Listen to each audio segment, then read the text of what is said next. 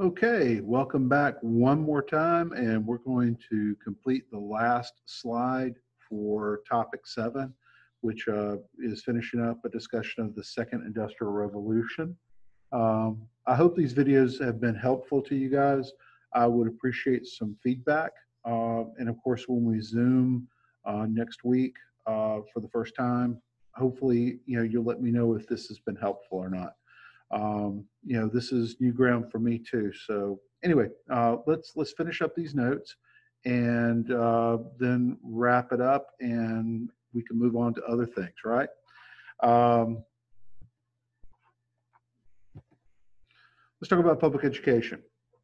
One of the things that began to change with people's attitudes with the Industrial Revolution as the 1800s progressed was the idea that more people needed to be educated. With the types of jobs that people were doing, it was important to have a literate workforce. So people began to push the idea of compulsory education, the idea that all children at least to a certain age, needed to be in school, needed to be educated. For most of the 19th century, that was 8th grade, was considered to be a good place that was a cutoff point. But you also start to see the development of secondary schools, what we would call middle schools and high schools developing for children. So education and literacy dramatically increased in the 19th century. Colleges and universities, of course, had always been around, but you start to see these institutions begin to develop what we would call modern curriculums. So what you're studying today, if you take dual enrollment when you go to university, are largely going to be this more modern, more varied approach to learning rather than just dead languages and theology, philosophy. With the sciences, there's lots of developments that are going on because the sciences and their discoveries are aiding with industrial development. You have the development of atomic theory by Dalton, the idea that all matter in the universe is made up of atoms. You see an expansion of an understanding of geology. Lyell is one of the first people to put forth the idea that the Earth isn't just 6 or 10,000 years old, but it's millions of years old. And so you start to see a more systematic study of how the Earth was formed and where things come from on this planet. Charles Darwin, most of you have heard before his ideas on evolution, the idea that all life on this planet has developed from earlier life and that nature selects the most capable to survive. Somewhat controversial in some circles today, but generally speaking, most people accept that this does explain where life comes from. Unfortunately, people in the business world and in a lot of communities took this idea of evolution and began to apply it to social structures to explain why some people were poor, why certain races of people were considered to be inferior. This is called social Darwinism, which is basically a pseudo scientific approach to things, but it is the basis for a lot of what we would call modern racism. So Darwin is controversial, but you will still see some of these ideas that some people are smarter than others, some people are more capable and rise to the top, other people belong on the bottom. With religion, one of the things that you start to see is more of a practical approach to religion, meeting people's needs.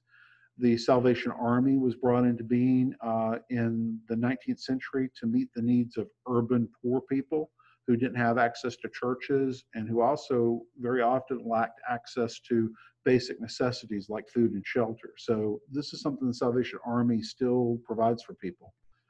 Many churches also began to be concerned about the poverty and the problems that were around them, and they began to take the idea of their religion outside of the churches and applied it to helping people in their communities. So that religion needs to have feet and hands that are helping people. This is called the social gospel. So a lot of more awareness of the problems in society.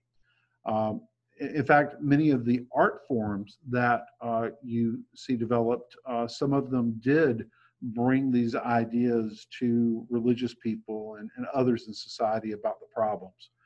There's a couple of artistic movements in the second industrial period. One of them is Romanticism, the idea of portraying nature and society in ideal forms. You probably have heard of some of these people before.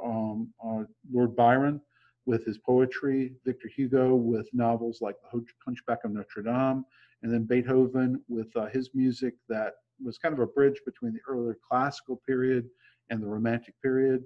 They tended to look at things more from a larger than life and idealized perspective. The second movement was realism, which is kind of self-explanatory. These people portrayed life as it actually was happening and occurring. For instance, Charles Dickens talks a lot about the problems in industrial England and some of the issues that orphans and poor people had to deal with.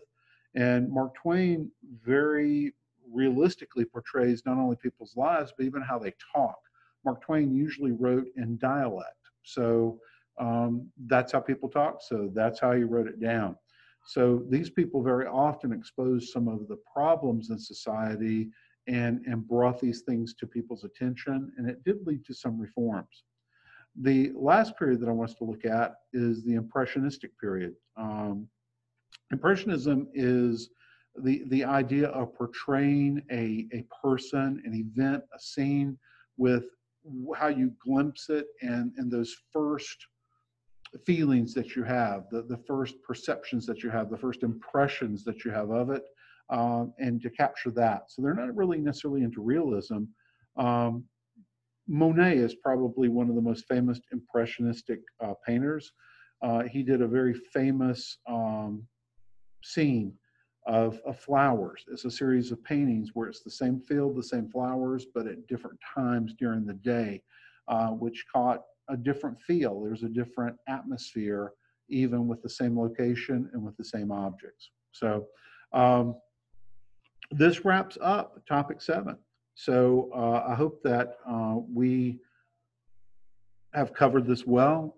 Hopefully you are going to be communicating with me if you have issues or problems, but definitely give me some feedback, and I look forward to hearing from you guys next week as we start to really begin this online learning thing. So be in touch with me, and I hope to hear from you all soon. Take care, guys, and be safe.